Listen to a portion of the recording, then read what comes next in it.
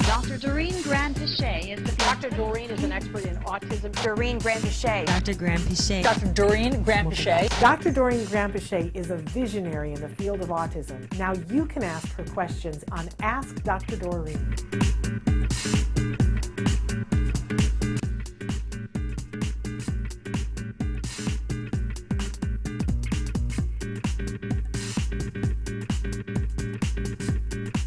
Next question was, I'd be interested in hearing from an expert of their thoughts on cyber school homeschooling and any advice for kiddos who suffer from sleep issues as to how to effectively get the kids to wake up.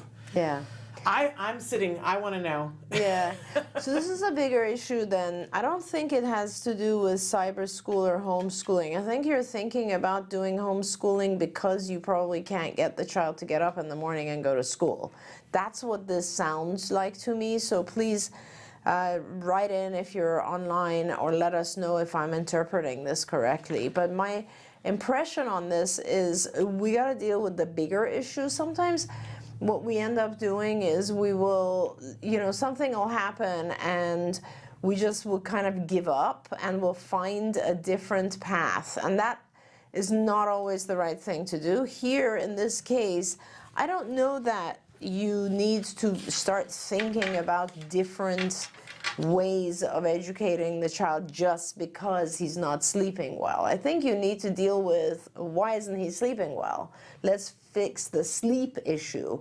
And so the sleep issue is a very, very extremely important one. Like, I cannot stress how the importance of this sleep thing enough. Like, I just can't, because people forget, this is one of the things about autism, is that it's so overwhelming and it just overshadows everything else that's going on with our kids, with us, with anyone. And sleep is a very, very vital part of every organism's functioning. So if you were to not sleep, which I'm sure a lot of parents will be like, I don't sleep because my child won't let me sleep. Your functioning just decreases, right? You just don't want it. You get depressed over time. You're not motivated. You don't want to go to work. Even when you're at work, you're barely making it. You're probably drinking a lot of caffeinated drinks to just keep going. It's not good, right? So with our kids, it's sort of the same thing. If they're not getting quality sleep, we have to deal with that. So what are some of the things that you need to think about with regards to sleep? First of all, obviously you should do a functional assessment because you do want to figure out why the child is not sleeping.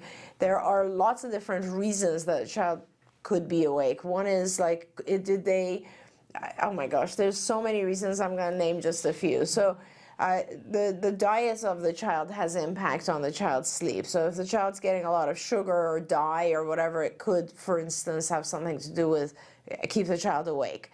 If their child is on any medications that could potentially be like hyperactivity medications, ADHD meds tend to really, really influence our sleep. So food, medication, and then of course we have other types of things going on with autism. Some of our kids have very, very significant yeast infections that could be interfering with their sleep. So all that kind of biological, like things that have to do with biochemistry of the organism, the person. So all of that is one. The second area to look at is environmental factors. So like, there could be sensory things going on that you're not even aware of. For example, the sprinklers turn on at 2 in the morning and nobody else hears them, but your child has very sensitive hearing and he hears them. So there could be environmental sensory factors that you're not aware of, like the neighbor's dog wakes up at 4 in the morning, whatever it is that is waking your child up and interfering with sleep. There's also other types of biological factors, such as your child could be having seizures that you're not aware of that could be waking him up in the middle of the night. So there's a whole bunch of stuff, like you need to have a physician who is a specialist in sleep. I don't know where you live, but a lot of universities have sleep programs where they actually, your child will go in there and they'll do a 24-hour sleep EEG, where they will actually put those receptors onto your child and actually see brainwave activity during sleep and figure out what is causing the child to wake up. The other aspect of it, of course, is it could be just something that is a learned behavior. For example, a lot of times when our kids wake up, when they're babies, what we tend to do is we'll go in there and give them a bottle, right? And a bottle is food, and food is one of the most significant reinforcers. It's a primary reinforcer. So what happens is the stomach actually becomes conditioned to wake up at that time. That's why it's really, really important when you wake up at night not to eat, because when you do eat, you will, I swear to you, try this yourself, wake up, if you wake up at 2 or 3, a lot of us at this age, at least, we wake up to go to the bathroom, right? Yeah. If you eat something, I promise you, it'll become a habit immediately, almost in 2 nights. From there on, you'll be waking up. So check those types of things. When the child wakes up, is there any source of reinforcement, whether it be food, or perhaps the child comes to you and sleeps with you, that's a big reinforcer, or the child calls and you go to the child, that's a big reinforcer. So those types of things are learned behaviors that can be changed. So first I want you to check out the biological stuff, seizures being the most important, anything else that biologically could interfere with your child's sleep. Secondly, I want you to check out things like dietary and any other type of food or stimulant. Third, I want you to look at the environment and make sure it is quiet and dark. Darkness is very important. Darkness is how we produce melatonin. If there's light in the room at night, we're not producing melatonin, which our body needs to sleep. And then when you've done all that, you need to really look at learned behaviors. And are you, without being aware of it, rewarding your child when they wake up somehow? And that portion, of course, of BCBA can help you. I'm pretty sure there's got to be some training on this in the IBT website about sleep. We have lots and lots of ways to reduce this waking up activity.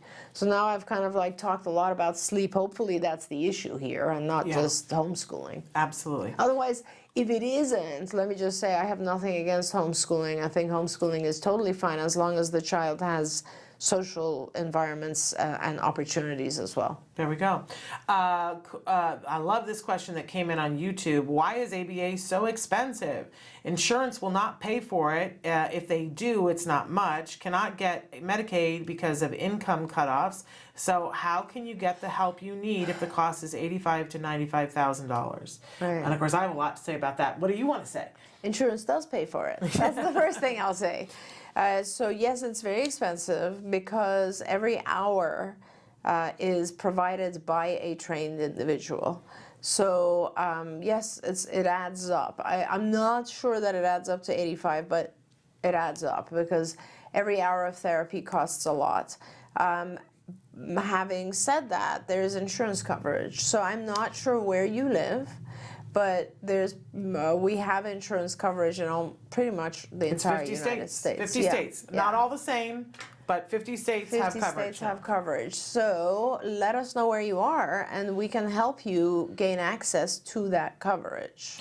And I also want to say, the first year that my son was at CARD and got his 40-hour program, we were funded, this is before insurance, Yes. we were funded by the state of California, but they sent you a bill later on that you didn't have to pay, but they just were like, we want you to know how much we spent on you. $120,000 the first year. So just saying, but that year made the difference that set us on the path. It didn't finish it, but it set us on the path to be in the best possible place. So, That's right. So we the number gets scary and you feel that, and then you just go, what we did was we looked around and we were like, we can't afford this, so what are other people doing? Yeah. And I would walk up to people and say, how are you paying? I go to an autism thing, go, how are you paying for it? Yeah. And people would show us. I guarantee you there are hundreds of thousands of parents that are finding the way right now in every single state that there is.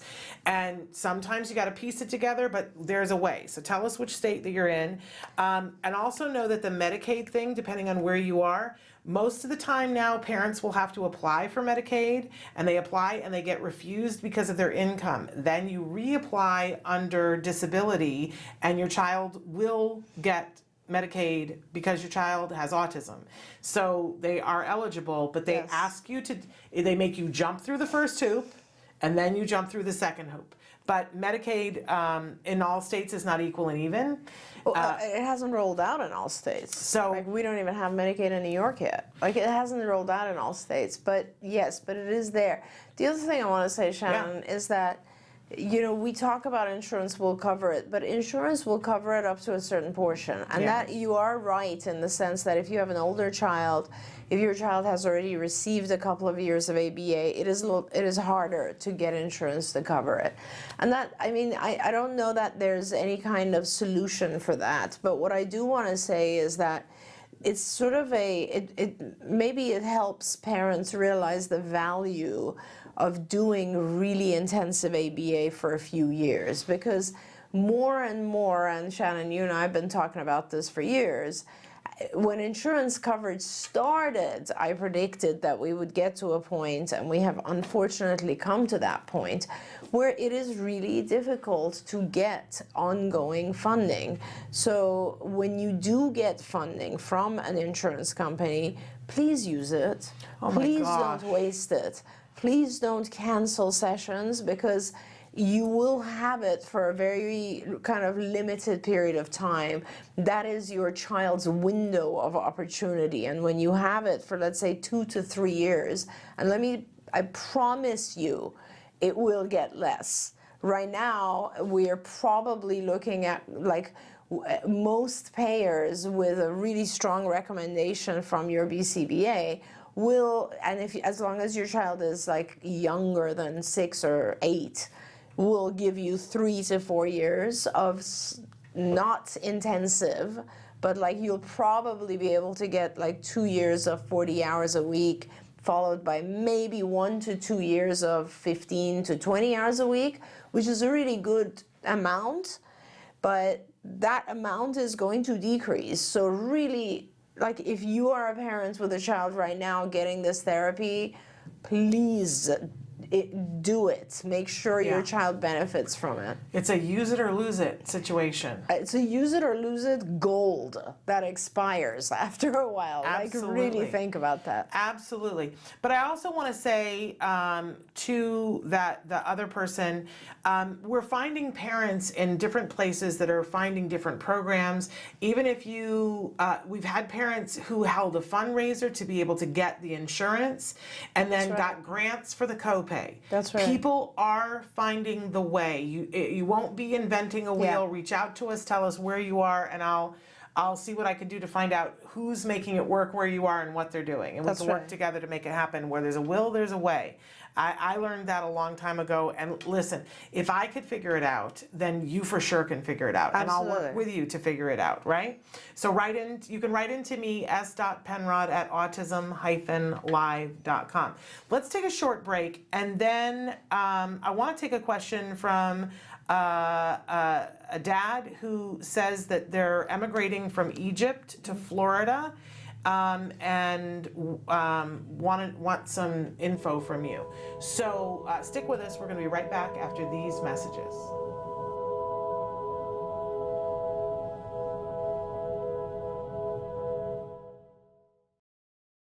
Hey, thanks for watching Autism Live. To subscribe, click here. And if you'd like to check out some more of our videos, click here.